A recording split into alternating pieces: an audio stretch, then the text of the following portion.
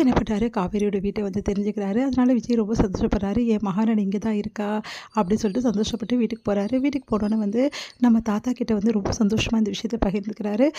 எனக்கு ரொம்ப சந்தோஷமா இருக்கு தாத்தா. நான் காவேரியோட வீட்ட கண்டுபிடிச்சிட்டேன். இதுக்கப்புறம் காவேரி எப்படியாவது நம்ம வீட்டுக்கு கூட்டின்னு வந்துடுவேன் அப்படின்னு சொல்லிட்டு சொல்றாரு.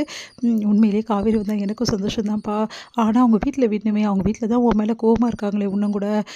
நான் போய் பேசி புரிய வைக்கிறேன்ப்பா. நீ எதுவும் வந்து இதில வந்து ரிஸ்க் எடுக்காத அப்படின்னு சொல்லிட்டு சொல்றாரு. இல்ல தாத்தா, இதுக்கப்புறமாவும் நான் இப்படியே இருந்தா வேலைக்கு ஆவாது. காவேரி எனக்கு வேணும் தாத்தா. அதுக்காக நான் என்ன வேணாலும் செய்யலான்னு இருக்கேன். நான் பார்க்குறேன் தாத்தா அப்படி சொல்லிட்டு போறாரு. இவன் என்ன பண்ண போறான்னு தெரியலையே அப்படி சொல்லிட்டு தாத்தா யோசிக்கிறாரு. இங்க வந்து என்ன பண்றாங்க, காவேரி வீட்ல எல்லாருமே ரொம்ப சந்தோஷமா இருக்காங்க. எல்லாருமே வந்து நடந்த விஷயத்தெல்லாம் பத்தி பேசிட்டு இருக்காங்க. அப்ப கரெக்ட்டா வந்து சரி, இன்னைக்கு வந்து நம்ம வாங்குன விஷயம் வந்து டிவில வந்துரும். இந்த மாரி அப்படின்னு சொல்லிட்டு எல்லார்கிட்டயும் சொல்றாரு. இந்த மாரி டெலிகாஸ்ட் பண்றாங்க டிவில, எல்லாரும் பார்க்கலாம் அப்படின்னு சொல்லிட்டு எல்லாரும் பார்க்க உட்கார்றாங்க. அப்போ கரெக்ட்டா வந்து நம்ம குமரன பத்தி நெறைய டீட்டெயில்ஸு, அதுக்கப்புறம் நடந்த விஷயங்கள் எல்லாமே வந்து காட்டிட்டு இருக்காங்க. அப்போ வந்து தூரத்தில கேமரா வந்து திருப்பும்போது கரெக்ட்டா விஜய காட்டுறாங்க. விஜய பார்த்து எல்லாம் அதிர்ச்சி அடைறாங்க. விஜய் கண் கலங்கி அப்படியே வந்து ஓரமா நின்னு மறைஞ்சிருந்து வந்து பார்த்துட்ருக்காரு. இதையெல்லாம் பார்த்து குமரனால தாங்கிக்கவே முடியல. ரொம்ப கஷ்டமா இருக்கு. அவங்க வீட்ல எல்லாருமே பார்க்குறாங்க. இவன் எதுக்கு இங்க வந்தா? அப்படின்னு சொல்லிட்டு பாட்டி அப்படியே பார்க்குறாங்க. எல்லாருமே பார்த்துட்டு இருக்கும்போது, தேவையில்லாத வேலையெல்லாம் பண்ணிட்டுருக்காரு. நம்ம பின்னாடியே திரியுதா இவரோட வேலையா? எதுக்கு இந்த வேலையெல்லாம் செய்றாரு? அப்படின்னா வந்து டென்ஷன் ஆகுறாங்க. உடனே நிவின் வந்து அவர் தான் இவ்வளோக்கும் அண்ணனுக்கு ஊக்கம் குடுத்து இவ்வளோ தூரம் கூட்டின்னு வந்திருக்காரு. அவர போய் தேவையில்லாம பேசிட்டு இருக்க. இங்க பாரு விஜய பத்தி தேவையில்லாம பேசாத யமுனா அப்படின்னு சொல்லிட்டு சொன்னோனே, அப்படியே யமுனாவ பார்த்து யமுனா வந்து முறைக்கிறாங்க நிவின. அடுத்து வந்து எல்லாருமே வந்து பார்த்துட்டுருக்காங்க. அப்போ வந்து குமரனால தாங்கிக்கவே முடியல. பாவம் அவரு எனக்காக எவ்வளோ ஹெல்ப் பண்ணாரு. கடைசியில ஓரமா நின்னு ஒளிஞ்சிருந்து பார்க்குறாரு அப்படின்னு சொல்லிட்டு மனசு கஷ்டப்படுறாரு நம்ம குமரன். இத பார்த்த வந்து நம்ம என்ன பண்றாங்கன்னு தெரியாம அப்படியே மனசு கஷ்டத்தோடயே யோசிக்கிறாங்க.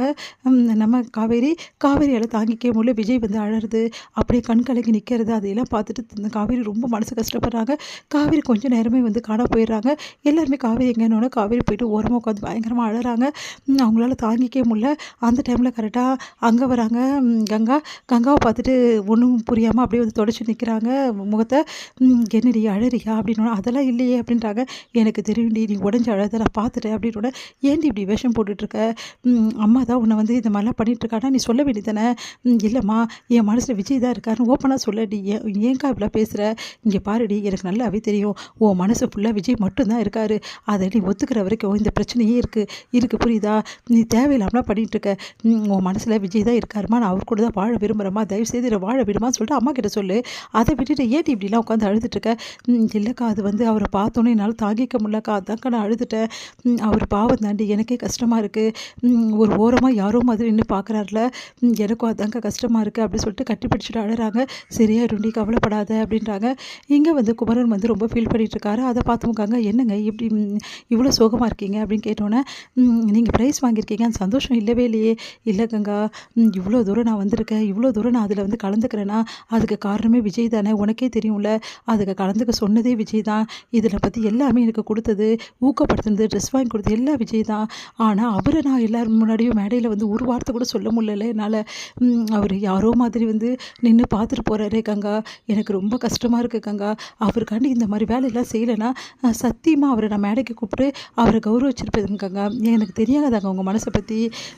ஏணியில ஏத்தி விட்டவர வந்து அப்படியே வந்து எட்டி உதைக்கிற மாதிரி இருக்கே கங்கா. எனக்கு கஷ்டமா இருக்கு கங்கா" அப்படின்னோனே, கவலைப்படாதீங்க எல்லாம் சரியாயிடும். அவர பார்க்கும்போது எனக்கு எவ்வளோ கஷ்டமாயிடுச்சு தெரியுமா? அப்படியே ஒளிஞ்சிருந்து பார்த்துட்டு இருந்தார்ல" அப்படின்னோனே, "சரி விடுங்க எல்லாம் சரியாயிடுங்க" அப்படி சொல்லிட்டு கங்கா வந்து ஆறுதல் சொல்லிட்டு இருக்காங்க.